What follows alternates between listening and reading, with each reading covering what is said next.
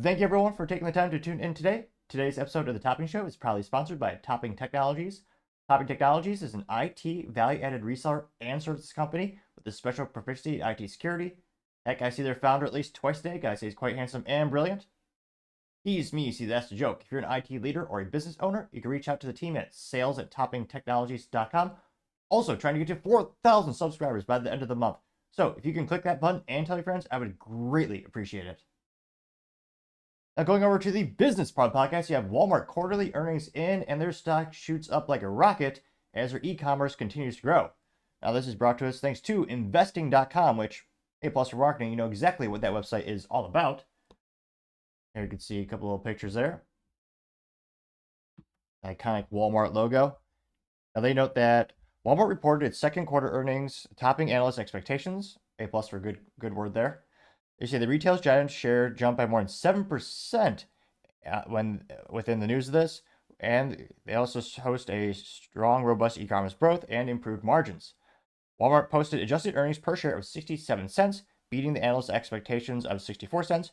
Revenue for the quarter was, $169.3 billion, exceeding the consensus estimate of $168.52 billion, representing a 4.8% year-over-year increase. The company's global e-commerce sales grew by 21%, which is astronomically insane because I don't know. I was about to say I don't know anyone. I suppose philosophically, do we really know ourselves? But in all seriousness, the only person I know who's ever used the Walmart e-commerce platform was myself when I actually want to test it out. When, interesting enough, I was trying to buy a new earpiece for my Bluetooth, Bluetooth earpiece for my phone. And yeah, I was a little disappointed. It turned out it shipped to me and it was broken and used. Now, Walmart was pretty easy in terms of I was able to return it, no charges, no hassle, yada yada. It's still disappointing. And granted, yes, that was a third-party fulfillment on the e-commerce platform, just like Amazon has that as well. And then I did order some tent panels for my corporate, pop-up tent, the logo for the tech company I own.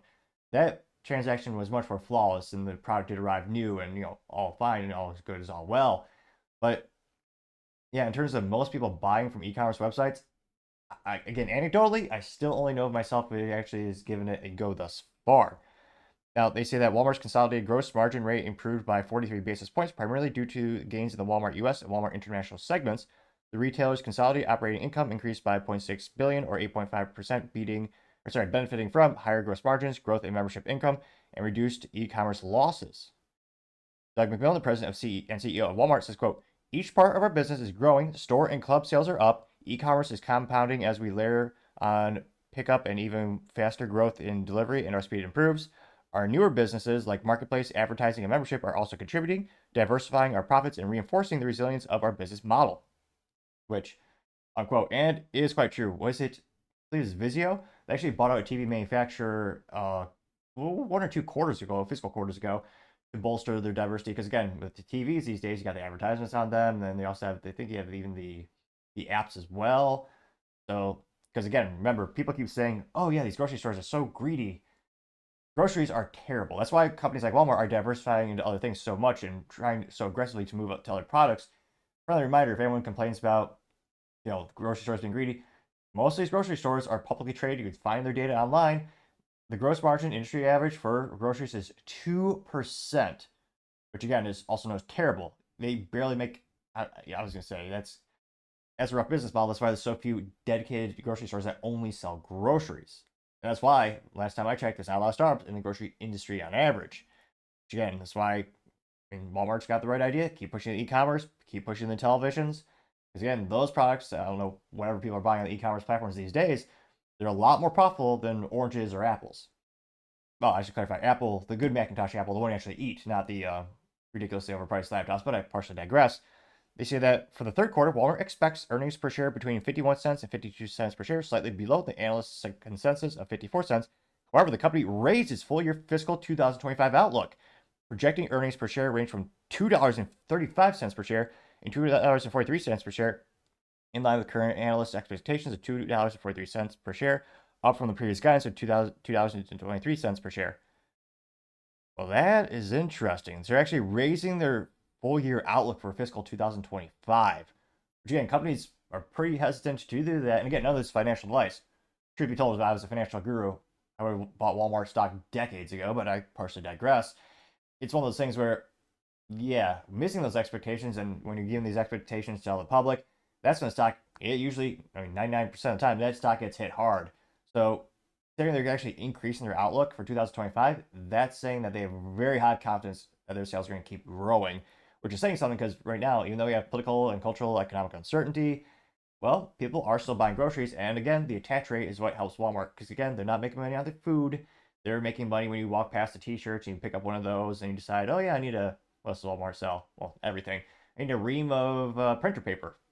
Oh, that's a fun industry term with the word ream there. But it'll be interesting to see. I mean, Walmart's done pretty darn good. I mean, let me pull up their stock really quick. Get that trend going. Walmart stock price. What's it looking like these days? And granted, by the time this video is rendered and uploaded, it'll be different because that's what the stock market does. But geez, it's $73.15 per share. What's their div? Oh, I'm not seeing a dividend yield. Do they not give dividends? Oh, they did. Now, 1 month, they're actually down a little bit at 1.36%. Year to date, hindsight's 2020, it's up 29.31%. 1 year, they're up 29% again. Past 5 years, this is where I'll really cry inside in terms of not investing. Yep, it's up 94.21% in the past 5 years.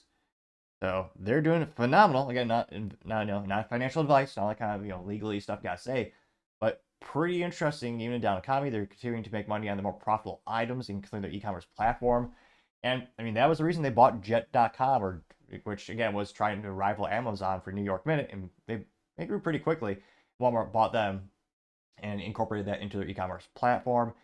Now, again, anecdotally, I don't know anyone who uses the Walmart e-commerce platform.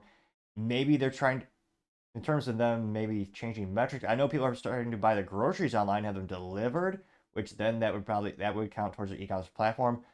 That doesn't really help them because again, groceries aren't that great for profitability.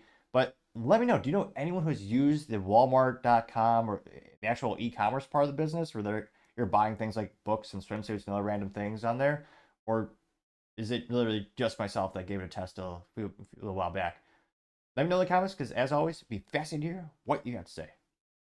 Thank you, everyone, for taking the time to tune in. Again, trying to get to 4,000 subscribers by the end of the month. So if you can click that button, I'd really appreciate it. Also, leaving a thumbs up or thumbs down or comment is a great way to give me some additional feedback, letting me know how I can make the show better and better.